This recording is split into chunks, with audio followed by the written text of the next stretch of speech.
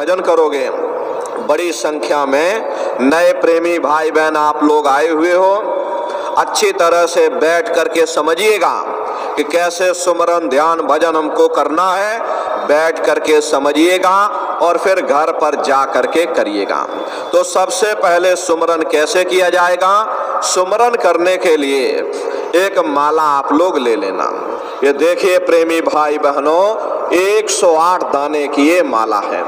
अपने अपने घरों में बैठ करके बाहर से अपनी आंख को बंद कर लेना। दोनों आंखों के मध्य भाग में अपने ध्यान को रोक करके और दाने दाने पर जय गुरुदेव नाम का उच्चारण करिएगा। हर दाने पर जय गुरुदेव नाम, हर दाने पर जय गुरुदेव नाम, जय गुरुदेव जय गुरुदेव जय गुरुदेव जय गुरुदेव, कुल 108 बार करिएगा। दोबारा इसी जगह फिर वापस आ जाओगे। जब आप जय गुरुदेव नाम का उच्चारण करोगे तो दोनों आंखों के मध्य भाग में अपने ध्यान को रोक करके और दाने दाने पर जय गुरुदेव नाम का उच्चारण करिएगा। जिसको आप याद कर रहे हो, एक समय ऐसा आएगा वो अंतर में तुम्हारे सामने प्रकट हो जाएगा। उसके स्वरूप को देख लेना, फिर उसी के स्वरूप को याद करके जय गुरुदेव नाम का सुमरन सभी नए प्रेमी भाई बहन करिएगा। दूसरी बार फिर यहीं से जय गुरुदेव नाम का सुमरन, तीसरी बार फिर यहीं से जय गुरुदेव नाम का सुमरन। इस तरह से कुल 8 बार जय गुरुदेव नाम का सुमरन सभी नए प्रेमी भाई बहन करिएगा।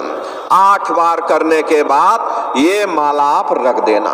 प्रेमी भाई बहनों, ये जय गुरुदेव नाम किसी साधारण इंसान का नाम नहीं, ये स्वयं उस अनामी महाप्रभु का नाम है। समय समय पर संत महात्मा अपने अपने समय पर आकर के अपनी साधना के द्वारा उस मालिक के नाम को जगाते हैं, उस मालिक के नाम को सिद्ध करते हैं।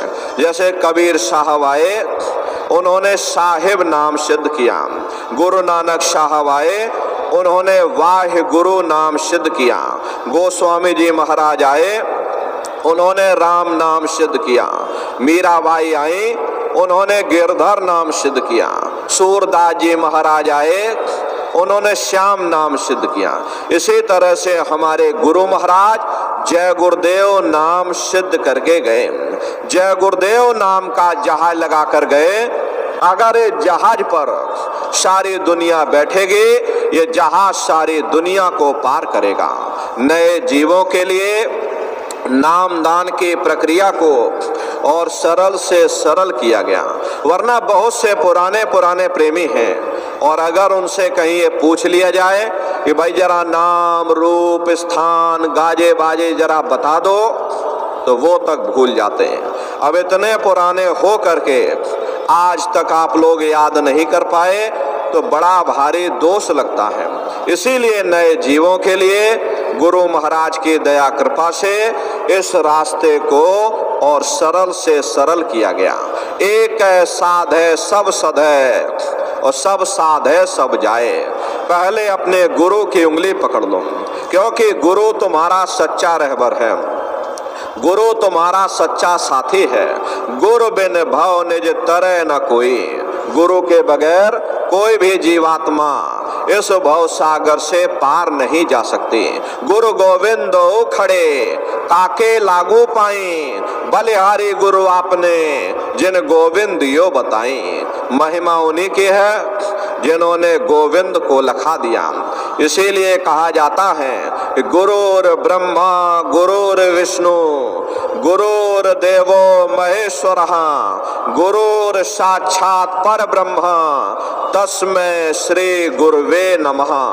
3 लोक 9 खंड में और गुरु से बड़ा न कोई, और करता करे न कर सके, और गुरु करे सो होई।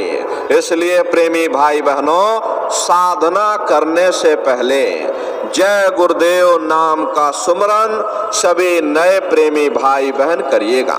सुमरन करने के बाद फिर आप ध्यान पर बैठिएगा। दूसरा है ध्यान, और ध्यान कहते हैं दृष्टि को एकाग्र करना, अपनी दिव्य दृष्टि को खोलना। कैसे ध्यान करोगे जरा अच्छी तरह से आप लोग समझ लीजिए। अपने अपने घरों में पलथी मार करके आप लोग बैठिएगा। शरीर को ज्यादा टाइट मत करिएगा। बहुत से प्रेमी क्या करते हैं, अपने शरीर को बिल्कुल टाइट कर देते। यदि आप अपने शरीर को टाइट करोगे तो ये शरीर आपका थक जाएगा और फिर शरीर ढीला पड़ जाएगा। इसलिए पहले से ही अपने शरीर को बिल्कुल ढीला छोड़ देना। जितना आराम से आप लोग बैठोगे उतना आपके लिए अच्छा रहेगा। तो ढीले बदन से आराम से बैठिएगा। आंखों को धीरे से बंद कर देना। इन आंखों पर कोई जोर मत देना। जैसे सोते समय धीरे से आंख को बंद करते हो, ऐसे ही धीरे से आंख को बंद कर देना। और दोनों आंखों के मध्य भाग में दूर सामने देखिएगा। सामने आपको अंधेरा दिखाई पड़ेगा। बस उसी अंधेरे में एक जगह पर आप अपनी दृष्टि को एकाग्र करिएगा। होशियारी यही रहे ये आंखों की पुतलियां हिलने ना पाए। शुरुआती समय में ये आंखों की पुतलियां अंदर अंदर हिलेगी, लेकिन जब आप अभ्यास करोगे, करत करत अभ्यास ते और जड़मत होत सुजान, जब अभ्यास करते रहोगे तो आंखों की पुतलियां हिलना बंद हो जाएंगी। तो दूर सामने अंधेरे में एक जगह पर अपनी दृष्टि को रोकिएगा, या उस अंधेरे को ही आप देखते रहना। एक टक हो करके सामने अंधेरे को देखते रहिएगा। दृष्टि अपने आप एकाग्र हो जाएगी। और जैसे ही आपकी दृष्टि सामने अंधेरे में एकाग्र होगी तो सुई की नोक के बराबर काले में भी काला बिंदु बड़ा चमकीला बिंदु होगा। तारे की तरह चमचम चमचम चमकेगा, वो सामने आपको दिखाई पड़ जाएगा। और जब वो चमकदार बिंदु सामने दिखाई पड़ जाए तब आप अपनी दृष्टि को उस बिंदु पर एकाग्र करिएगा। जब आप अपनी दृष्टि बिंदु पर एकाग्र करोगे तो बिंदु के चारों तरफ से बड़ा भारी प्रकाश निकलेगा। चक्र की तरह से बहुरंगी प्रकाश होगा। वो प्रकाश धीरे धीरे बड़ा होता चला जाएगा। साधक इतना मोहित हो जाता है कि बिंदु को तो छोड़ देता और दाएं बाएं प्रकाश को देखने लग जाता। जब आप दाएं बाएं प्रकाश को देखने में लग जाओगे, क्योंकि प्रकाश उस बिंदु से निकल रहा और आपने बिंदु को छोड़ दिया, प्रकाश को देखने में लग गए, तो प्रकाश भी गायब हो जाएगा, वो बिंदु भी गायब हो जाएगा। फिर अंतर में अंधेरा छा जाएगा। फिर आपको उतनी मेहनत करनी पड़ेगी। इसलिए दाएं बाएं बिल्कुल मत देखिएगा। आपका निशाना उस बिंदु पर टिका रहे जिसमें से वो प्रकाश निकल रहा। वही बिंदु दरवाजा है, वही बिंदु खिड़की है। उसी को हरि का द्वार यानी कि हरिद्वार कहा गया। बहुत विशाल वो दरवाजा। ये संसार कुछ नहीं है। ऐसे तुम लाखों संसार इकट्ठे करके एक साथ दरवाजे के अंदर डाल दो, पता तक नहीं चलेगा। इतना विशाल वो हरि का द्वार तुम्हारे अंदर बना हुआ है। तो वो दरवाजा आपको दिखाई पड़ेगा। जब एक टक हो करके आप उस दरवाजे को देखते रहोगे, उस बिंदु पर अपनी दृष्टि को जमाए रहोगे, तो वो बिंदु फट जाएगा, वो दरवाजा खुल जाएगा, ये शिव नेत्र खुल जाएगा, ये दिव्य दृष्टि खुल जाएगी और आप दरवाजे के अंदर दाखिल हो जाओगे।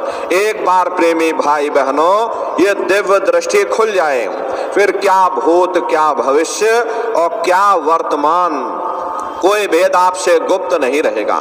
लाखों वर्ष पहले क्या हुआ था, भविष्य में क्या होने वाला है, आप बैठ करके अपने अपने घरों में और ध्यान में बैठ करके आप भूत, भविष्य और वर्तमान को देख सकते हो।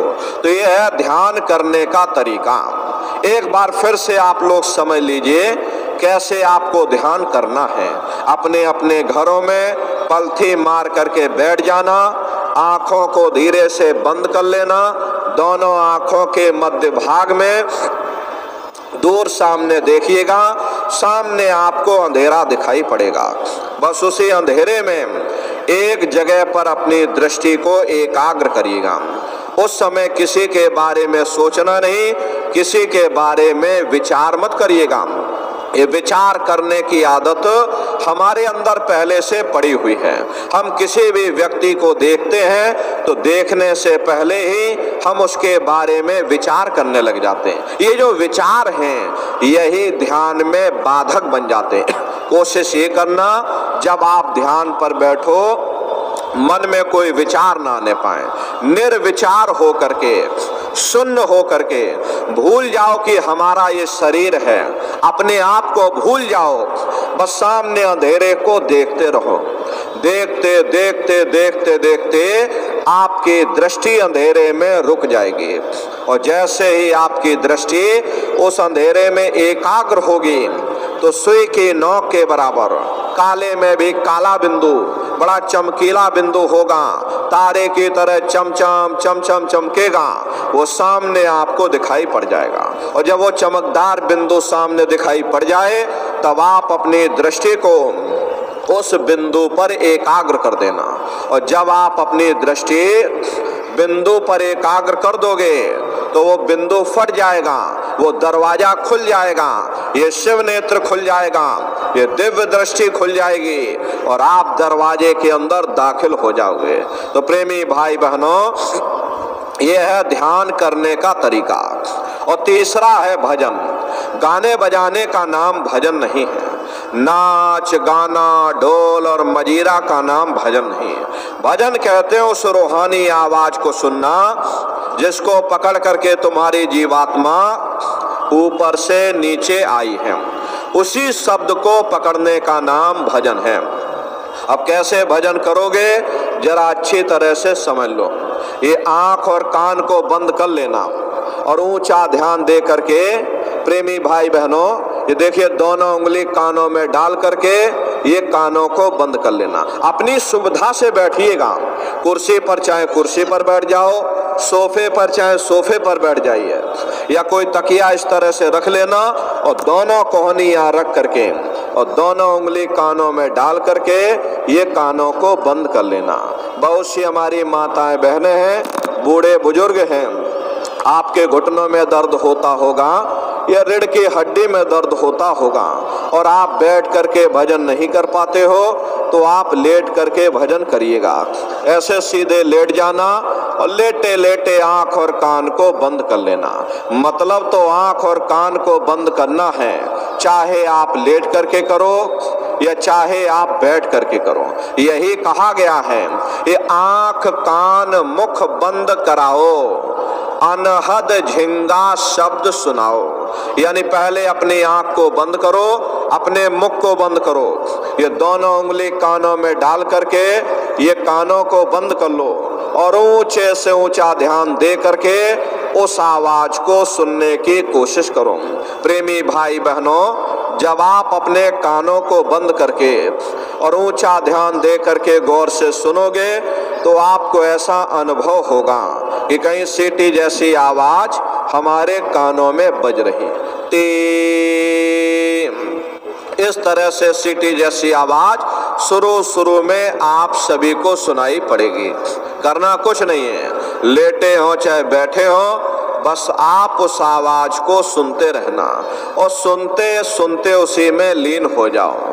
जब आप उसमें लीन हो जाओगे तो कुछ समय बाद में दोबारा आपको अनुभव होगा कि कहीं बड़ी दूर से एक महीन आवाज, घंटे और शंख की आवाज हमारे कानों में बज रही। जैसे मंदिरों में घंटियां बजती हैं, टन टन टन, तो बाहर तो आपने नकल किया। महात्माओं ने कहा था ये शरीर तुम्हारा सच्चा हरि मंदिर है, इसी हरि मंदिर के अंदर 24 घंटे वो घंटे और शंख की आवाज गूंज रही। उसी घंटे शंख की आवाज को महात्माओं ने शब्द कहा। अरे आपकी धर्म पुस्तकों में लिखा है कि पोथी पढ़ पढ़ जग मुआ, पंडित भया न कोई, 2.5 अक्षर प्रेम का, पढ़े सो पंडित हुए। दुनिया वाले कहते हैं कि 2.5 अक्षर का मतलब प्रेम है। अरे प्रेम नहीं है, प्रेम में तो मात्रा लगी हुई है। यहाँ पर जिस 2.5 अक्षर का वर्णन उन महात्माओं ने किया है वो है शब्द शा, आदा, बा और दा। उसी शब्द को महात्माओं ने नाम कहा। कलयुग जोग न यज्ञ न ज्ञाना, एक आधार नाम गुण गाना। कलयुग में न योग है न यज्ञ है न ये ज्ञान है, तो कलयुग में क्या है? कलयुग केवल नाम आधारा, सुमेर सुमेर नर उतर ही पारा। कलयुग में केवल नाम का आधार है। वो नाम तुम्हारे अंदर 24 घंटे गूंज रहा है। तो उसी घंटे संग की आवाज को महात्माओं ने शब्द या नाम कहा।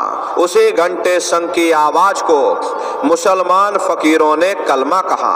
उसी घंटे संग की आवाज को ईसा मसीह साहब ने वर्ड या लागश कहकर याद किया। उसी घंटे संग की आवाज को गुरु नानक साहब ने अनहद वाणी कहकर याद किया। चीन में जो महात्मा हुए उन्होंने इसको ताओ कहकर याद किया, और हिंदू महात्माओं ने इसे देववाणी आकाशवाणी कहकर याद किया। उन अलग अलग महात्माओं ने अपनी अपनी भाषा में हम लोगों को समझाने की कोशिश की है कि भाई वो घंटे संग की आवाज तुम्हारे सबके अंदर गूंज रही है, वो आपको सुनाई पड़ेगी। लेकिन शुरुआती समय में आपको ऐसा मालूम पड़ेगा कि कहीं बड़ी दूर पर घंटियां बज रही, टन टन टन, लेकिन सुनाई हर एक को पड़ेगी। प्रेमी भाई बहनों, जब घंटे और शंख की आवाज आपको सुनाई पड़ने लग जाए तब आप सीटी की आवाज को छोड़ देना और घंटे शंख की आवाज को पकड़ लेना, उसको आप सुनने लग जाना। जब आप उसको सुनने लग जाओगे तो वो आवाज धीरे धीरे बढ़ना शुरू होगी, और बढ़ते बढ़ते इस कदर बढ़ेगी कि आपके रोम रोम में घंटे और शंख की आवाज गूंजने लग जाएगी।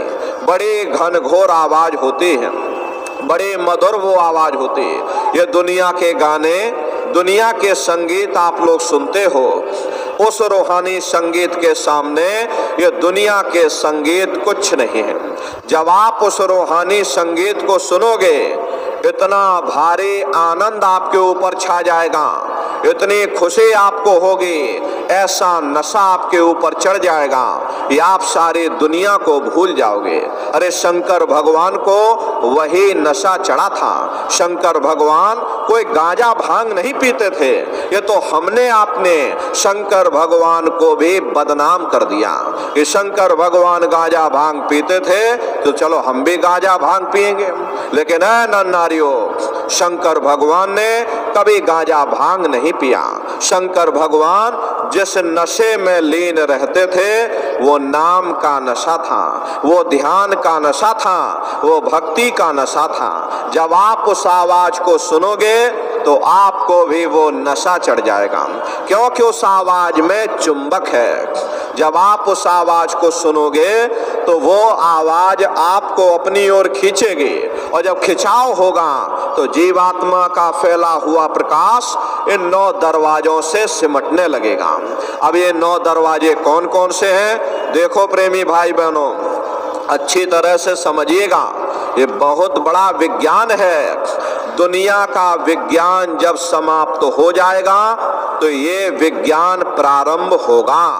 तो 9 दरवाजे कौन कौन से हैं? 2 आंख, 2 कान, 2 नाक के सुराख, 1 मुंह और 2 मलमूत्र का रास्ता, ये शरीर के 9 दरवाजे हैं। सबसे पहला दरवाजा गुदा चक्र आता है। गुदा चक्र में गणेश जी वास करते हैं। गणेश जी वहाँ के मालिक हैं। ये 4 दल का कवल है। यहाँ पर पृथ्वी तत्व पाया जाता, उसके ऊपर इंद्रिय चक्र आता है। इंद्रिय चक्र में ब्रह्मा जी वास करते हैं। ब्रह्मा जी वहाँ के मालिक हैं। ये 6 दल का कवल है। यहाँ पर जल तत्व पाया जाता, उसके ऊपर ये नाभि चक्र आता है। नाभि चक्र में विष्णु जी वास करते हैं। विष्णु जी यहाँ के मालिक हैं। ये 8 दल का कवल है। यहाँ पर अग्नि तत्व पाया जाता है। उसके ऊपर ये हृदय चक्र आता है। हृदय चक्र में शिव जी वास करते हैं। शिव जी यहाँ के मालिक हैं। ये 12 दल का कवल है। यहाँ पर वायु तत्व पाया जाता है। अरे वास तो वो ऊपरी मंडलों में, ऊपरी लोकों में करते हैं, लेकिन उनका प्रकाश, उनकी किरणें इन चक्रों पर पड़ती हैं। उसके ऊपर एक कंठ चक्र आता है। यहाँ पर आद्या महाशक्ति की किरणें पड़ती हैं। ये 16 दल का कवल है। और आप सबसे ऊपर, तुम्हारी जीवात्मा सबसे ऊपर दोनों आंखों के मध्य भाग में बैठी है, जहां पर देवियां बिंदी लगाती हैं और पुरुष जहां पर टीका लगाते हैं। ये बिंदी और टीका यहाँ पर हम लोग इसीलिए लगाते हैं क्योंकि यहीं पर हमारी जीवात्मा बैठी है, उसका श्रृंगार किया जाता है। ये 10वां द्वार है जहां पर तुम्हारी जीवात्मा बैठी हुई। इसी 10वें दरवाजे पर बैठ करके ये जीवात्मा अपने प्रकाश को 9 दरवाजों में फैलाती है, जिससे आपका ये शरीर चलता है, आपके हाथ और आपके पांव चलते हैं। जब आप लोग भजन करोगे और घंटे शंख की आवाज को सुनोगे तो उस आवाज में चुंबक है, वो आवाज आपको अपनी ओर खींचेगी। और जब खिंचाव होगा तो जीवात्मा का फैला हुआ प्रकाश इन 9 दरवाजों से सिमट करके यहीं 10वें दरवाजे पर एकाग्र हो जाएगा। और जैसे ये जीवात्मा यहाँ पर इकट्ठी हुई, तुरंत शब्द जीवात्मा को खींच करके इस शरीर से बाहर कर देगा। फिर आप अपनी आंखों से देखिएगा कि हमारा शरीर ये है, हम ये खड़े। आप अपने शरीर से अलग हो जाओगे। जैसे चिड़िया होती हैं, चिड़िया घोंसले से निकल करके आसमानों की उड़ान भरती है और शाम को फिर अपने घोंसले में आ जाती है। ऐसे ही तुम्हारी ये जीवात्मा इस शरीर रूपी घोंसले से निकल करके आसमानों की उड़ान भरेगी, ब्रह्मांडों की सैर करेगी, देवी देवताओं के दर्शन करेगी, राम और कृष्ण के दर्शन करेगी और घूम करके फिर अपने शरीर रूपी घोंसले में वापस चली आएगी। प्रेमी भाई बहनों, ये ब्रह्मा विष्णु महादेव जिनकी सारी दुनिया पूजा करती है, प्रेमी भाई बहनों, ये ब्रह्मा विष्णु महादेव जिनकी आप सभी लोग पूजा करते हो, लेकिन कभी आपने विचार नहीं किया भाई जिनकी हम लोग पूजा कर रहे, आखिर ये लोग हैं कौन, ये कहाँ पर रहते हैं, ये क्या काम करते हैं, इनके माँ बाप कौन हैं, राम कौन है, कृष्ण कौन है, ईश्वर कौन है, ब्रह्म कौन है, परब्रह्म कौन है, ये लोग कहाँ पर रहते हैं। तो जरा संक्षिप्त में आप लोग शांति से बैठ करके सुनिएगा। ये आध्यात्म विज्ञान है, अच्छी तरह से आप लोग समझिएगा कि आखिर ये लोग कौन हैं और ये कहाँ पर रहते हैं। प्रेमी भाई बहनों, जब आप भजन करोगे और घंटे शंख की आवाज को पकड़ करके जब आप इस शरीर रूपी घोंसले से बाहर निकल जाओगे, तो उसी घंटे शंख की आवाज को पकड़कर तुम्हारी ये जीवात्मा ब्रह्मांडों की सैर करेगी। पलक झपकते यह जीवात्मा खरबों जोजन ऊपर चली जाती। ये सूरज चांद सितारों को पार करने के बाद सबसे पहले जो आपको लोक मिलेगा उसे महात्माओं ने शिवलोक कहा। शिवलोक वो तमोगुणी स्थान है, वहां के मालिक शिव जी हैं, वो पार्वती जी के साथ उस लोक में विराजमान हैं। और शिव जी का दर्शन करने के बाद फिर जब आप ऊपर चढ़ोगे, उसी के ऊपर ब्रह्मा जी का लोक मिलेगा। ब्रह्मा जी का लोक वो रजोगुणी स्थान है, वहाँ के मालिक ब्रह्मा जी हैं, वो गायत्री सावित्री और सरस्वती के साथ उस लोक में विराजमान हैं। और ब्रह्मा जी का दर्शन करने के बाद फिर घंटे और शंख की आवाज को पकड़ करके फिर जब आप ऊपर चढ़ोगे, उसी के ऊपर विष्णु लोक आएगा। घंटे शंख की आवाज को पकड़ करके रखना पड़ता है। यदि आपने शब्द को छोड़ दिया तो सेकंड भर आपको नहीं लगेगा, धड़ाम से आप अपने शरीर में वापस लौट आओगे और इन बाहरी आंखों को खोल दोगे। इसीलिए शब्द को पकड़ करके रखना पड़ता है। तो ब्रह्मा जी का दर्शन करने के बाद फिर जब आप ऊपर चढ़ोगे उसी के ऊपर विष्णु लोक आएगा। विष्णु लोक वो सतोगुणी स्थान है, वहाँ के मालिक विष्णु जी हैं। उनका बड़ा मनमोहक स्वरूप है। उनकी 4 भुजाएं हैं और चारों भुजाओं में शंख, गदा, पद्म और चक्र सुशोभित हैं। और आप क्षीर सागर में लक्ष्मी जी के साथ विराजमान हैं। ये तीनों देवता ब्रह्मा, विष्णु और महादेव अपने अपने लोक में बैठ करके राज कर रहे। एक रचयिता है जो जीवों को रचता है, एक पालनहार है जो जीवों को पालता है, और एक संहार करता है जो जीवों को नष्ट कर देता। इनकी जो माता है वो आद्या महाशक्ति है। ब्रह्मा, विष्णु, महादेव लोक के ऊपर वो आद्या महाशक्ति का लोक आता है। और उसी लोक को पार करने के बाद सबसे पहले जो आपको देश मिलेगा उसे महात्माओं ने सहस दल कवल कहा। प्रेमी भाई बहनों, वो राजधानी है। ये ब्रह्मा, विष्णु, महादेव के जो लोक हैं उस राजधानी के अंतर्गत आने वाले जिले हैं। आप इस तरह से समझिए जैसे आपके उत्तर प्रदेश की राजधानी लखनऊ है, मथुरा आपका ये जिला है। इसी तरह प्रेमी भाई बहनों वो सहस दल कवल राजधानी है। राजधानी का जो मालिक है वो निरंजन भगवान है। ये ब्रह्मा, विष्णु, महादेव ये निरंजन भगवान के ही पुत्र हैं। और ये आद्या महाशक्ति ये निरंजन भगवान की अर्धांगिनी है। और निरंजन भगवान स्वयं तीनों लोकों के मालिक हैं। इन्हीं को दुनिया त्रिलोकीनाथ कहती है। ये वही निरंजन भगवान है जिन्होंने तपस्या करके वरदान के रूप में जीवात्माओं का भंडार उस मालिक से मांग लिया। ये वही निरंजन भगवान है। इन्हीं को त्रिलोकीनाथ कहा जाता है। हिंदू इन्हीं को परमात्मा कहते हैं, मुसलमान इन्हीं को खुदा कहते हैं, ईसाई इन्हीं को गॉड कहते हैं। घंटे और शंख की आवाज जो हर इंसान के अंदर गूंज रही वो आवाज इन्हीं के मुखार बिंद से हो रही। निरंजन भगवान का जो स्वरूप है वो ज्योतिष स्वरूप है। 1000 बातें की अखंड ज्योति वहां पर बराबर जल रही। हम लोग यहाँ मंदिरों में ज्योत जलाते हैं, ये तो हम आप उसकी नकल करते हैं। महात्माओं ने आपको चिन्ह बता दिया कि भाई उनका ऐसा स्वरूप है, तो हम लोग यहाँ पर नकल करने लगे। इस ज्योति में तेल की जरूरत पड़ती है, बाती की जरूरत पड़ती है, लेकिन वो अखंड ज्योति वहाँ पर ऐसी जल रही जिसमें ना तेल की जरूरत है और ना बाती की जरूरत है।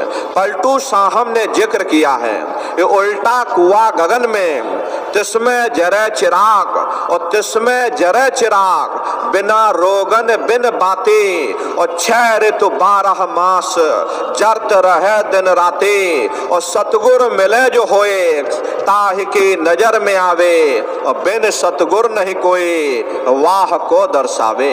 वो अखंड ज्योति ऐसी है जिससे पूरा ब्रह्मांड प्रकाशवान हो रहा। जितनी भी अवतारी शक्तियां आई, राम आए, राम को वहीं से नीचे उतारा गया। इसीलिए उस देश को अयोध्या नगरी या कौशलपुर देश भी कहा गया। अरे गोस्वामी जी महाराज जब साधना करके वहां पहुंचे तभी गोस्वामी जी महाराज ने रामचरितमानस में लिख दिया। क्या उन्होंने रामचरितमानस में लिखा? देखिए गोस्वामी जी महाराज लिखते हैं कि मोद्यो नैन त्रिशत में भयो पुण्य चितवत कौशलपुर गयो। जब मैंने अपने ये बाहर की आंख बंद की तो मेरे अंतर की आंख खुल गई और मैं क्या देख रहा हूँ, मैं कौशलपुर देश में पहुंच गया। मोह विलोक राम मुस्काई। मुझे देख करके राम भगवान प्रसन्न हो गए। उन्होंने ऊपर जाने का मुझे रास्ता दे दिया। मैं ऊपर जा करके क्या देख रहा हूँ, उधर माज सुन अंडज राया देखे बहु ब्रह्मांड निकाया अति विचित्रता लोक अनेका रचना अधिक एक तेका। विचित्र विचित्र भांत के वहां पर लोग बने हुए, एक से बढ़कर एक सुंदर सोने के वहां पर महल बने हुए जिनकी शोभा अवर्णीय है। प्रेमी भाई बहनों वो असली अयोध्या नगरी है, वो राम भगवान का असली देश है। और जब आप साधना करके वहां पहुंचोगे और वहां की रचनाओं को अपनी दिव्य दृष्टि से देखोगे तो देखते रह जाओगे, ये क्या ईश्वर की लीला है, कैसे उसकी कारीगरी है, अनंत उसकी सत्ता है, अनंत ही उसका प्रकाश है। अरे उसी आनंद को पा करके बड़े बड़े राजे महाराजाओं ने अपने राजकाज पर ठोकरें मार दी और जंगलों में जा करके नंगे हो करके नाचने लगे। इतना आनंद, इतनी खुशी उन साधकों को होती है। मीराबाई को जब वो दौलत मिल गई, मीराबाई ने राजपाट छोड़ दिया और मीराबाई कहने लगी, मैं मिल जाए पाए पियो अपना, तब मेरे पैर बुझानी और मेरा सुरत शब्द सहलानी। प्रेमी भाई बहनों, कबीर साहब को जब वो दौलत मिल गई और अन्य महात्माओं को जब वो दौलत मिल गई, उन्होंने भी यही लिख दिया। प्रेमी भाई बहनों, वो निरंजन भगवान वहां के धनी का दर्शन करने के बाद फिर तुम्हारी ये जीवात्मा दूसरे मंडल के शब्द को पकड़ करके दूसरे मंडल की चढ़ाई करेगी। श्याम तज श्वेत को गहना, सुरत को तान धुन सुनना, और बंक के द्वार धस बैठो और त्रिकुटी जाय कर लेना। उसी के ऊपर दूसरा देश आता है जैसे महात्माओं ने त्रिकुटी देश कहा। वहां के जो मालिक हैं वो ब्रह्म हैं, वहीं से मन और माया की उत्पत्ति हुई। वहीं से तीन गुण, रजोगुण, तमोगुण, सतोगुण, तीनों गुणों की उत्पत्ति वहीं से हुई। ये जो आपके वेद हैं, वेदों की भी उत्पत्ति उसी स्थान से हुई है। अरे महात्मा कहते हैं कि त्रिकुटी महल में विद्या साराम, घनहर गरजे बजे नगारा और लाल वरन सूरज उजियारा। वहां पर दो धुने, बादलों की गर्जन और मृदंग की आवाज उस लोक में गूंजती रहती है। ब्रह्म का जो स्वरूप है लाल वरन सूरज उजियारा। ये सूरज कुछ नहीं है, ऐसे लाखों लाख सूर्य इकट्ठे करोगे तो वहां का एक सूर्य बनेगा। प्रेमी भाई बहनों, ब्रह्म का जो स्वरूप है वो सुबह के लाल सूर्य के समान है, इसीलिए वहां का पूरा ब्रह्मांड लाल है। जहां तक आपकी निगाह जाएगी ब्रह्म देश में चारों तरफ आपको लाल ही लाल नजर आएगा।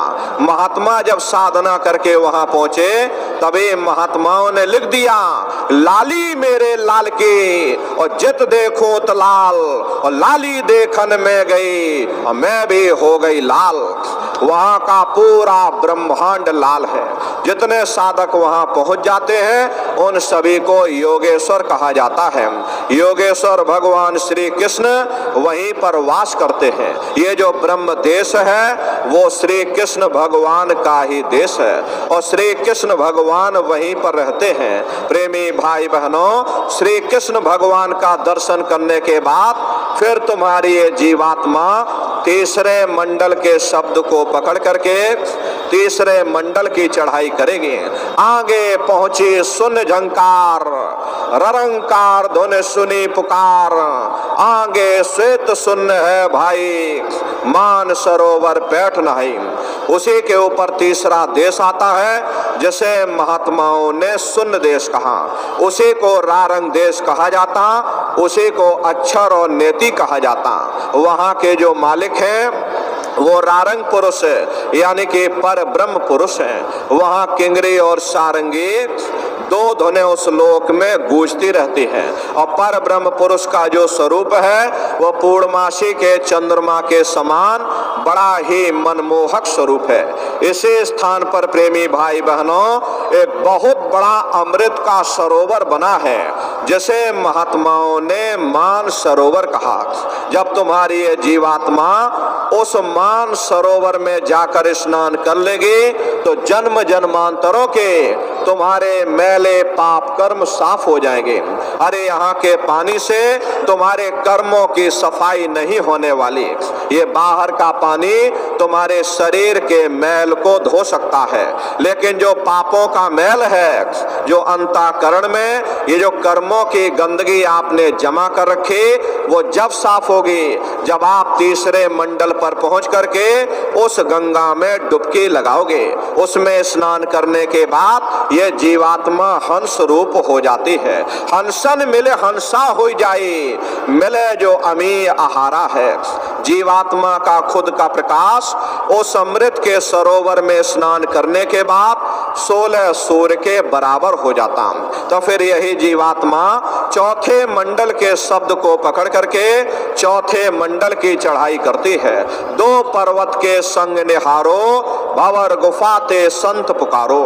2 पर्वतों को पार करने के बाद वो बड़ा सुंदर देश आता है जिसे महात्माओं ने भंवर गुफा कहा।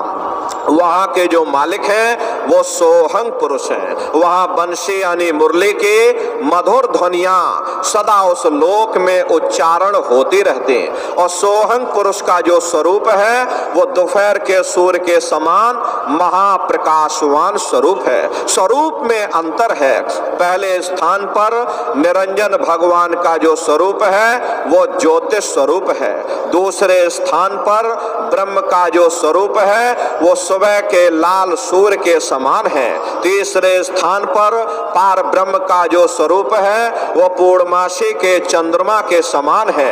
चौथे स्थान पर सोहंग पुरुष का जो स्वरूप है वो दोपहर के सूर्य के समान महाप्रकाशवान स्वरूप है। वहां के धनी का दर्शन करने के बाद ताके परे धाम सतनामा और बीन बजे सतलोक ठिकाना। सोहंग देश के ऊपर वो 5वां देश आता है जिसे महात्माओं ने सचखंड देश कहा।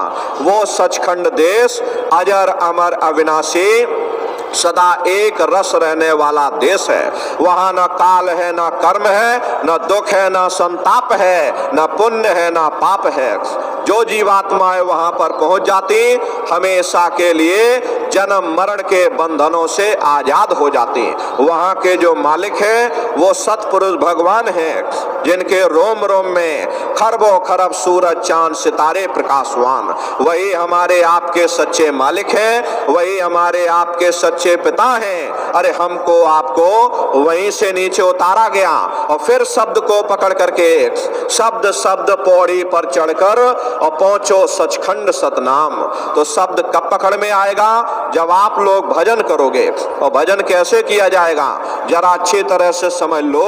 ये आंख और कान को बंद करिएगा, दोनों उंगली कानों में डाल करके ये कानों को बंद कर लीजिएगा और अंतर में ध्यान से सुनिएगा। शुरू में सीटी जैसी आवाज आप सभी को सुनाई पड़ेगी। करना कुछ नहीं है, लेटे हो चाहे बैठे हो, बस आप उस आवाज को पकड़ लेना, उसको सुनते रहना, सुनते सुनते उसी में लीन हो जाओ। जब आप उसमें लीन हो जाओगे तो कुछ समय बाद में दोबारा आपको अनुभव होगा कि कहीं बड़ी दूर से एक महीन आवाज, घंटे और शंख की आवाज हमारे कानों में बज रही। और जब घंटे शंख की आवाज आपको सुनाई पड़ने लग जाए तब आप सीटी की आवाज को छोड़ देना और घंटे शंख की आवाज को पकड़ लेना। एक बार प्रेमी भाई बहनों आप उस आवाज को पकड़ोगे, वो आवाज आपको नहीं छोड़ेगी, खींच करके शरीर से आपको बाहर कर देगी। रोज आना, रोज जाना, रोज ब्रह्मांडों की सैर करना, रोज देवी देवताओं के दर्शन करना, रोज राम और कृष्ण के दर्शन करना और घूम करके फिर अपने शरीर रूपी घोंसले में वापस चले आना। ये सुमरन, ध्यान और भजन 3 क्रियाएं आपको बताई गई। रास्ता सच्चा है, आप करोगे, आपको अनुभव होगा, दिखाई भी पड़ेगा और सुनाई भी पड़ेगा, लेकिन नित्य नियम से करिएगा। नागा नहीं होना चाहिए। अरे आप शरीर को भोजन देते हो, सुबह दोपहर शाम रात खाते रहते हो, लेकिन कभी तुमने ये विचार नहीं किया ये जीवात्मा जो जन्म जन्मांतरों से भूखी प्यासी बैठी है, कभी अपनी जीवात्मा को तुमने भोजन नहीं दिया। अरे इसका भोजन शब्द है, इसका भोजन नाम है। अपना ये नियम बनाओ कि पहले हम अपनी जीवात्मा को भोजन देंगे, फिर अपने शरीर को भोजन देंगे। अगर ये नियम आपका बन गया तो तुम्हारा लोक भी बन जाएगा और परलोक भी बन जाएगा।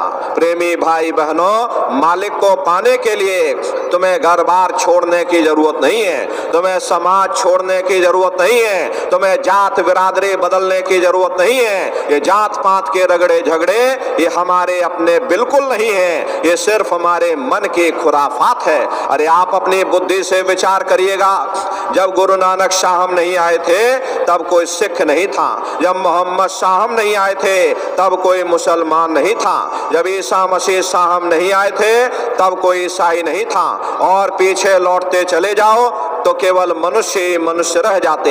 ये रगड़े झगड़े किसने पैदा किए? ये हमने आपने पैदा किए। अरे कोई भी महात्मा यहाँ पर आकर के ना कोई कौम मनाने आता, ना कोई मजहब चलाने आते, ना ही आप हमारे हाथों में ये डंडे और तलवारें देने के लिए आते। अरे आप तो सच्चा मार्ग, सनातन मार्ग समझाने के लिए इस धरा भूमि पर शरीर रूप में अवतरित होते हैं। जाति पाति पूछे नहीं कोई, हर का भज सो हर का होई।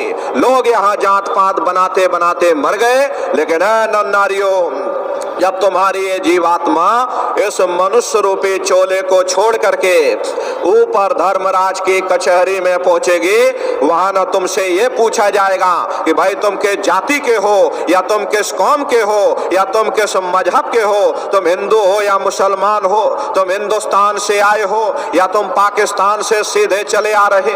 अरे वहां तुम्हारे कर्म देखे जाएंगे, भक्ति भाव देखा जाएगा, मालिक से मिलने का प्रेम और प्यार देखा जाएगा।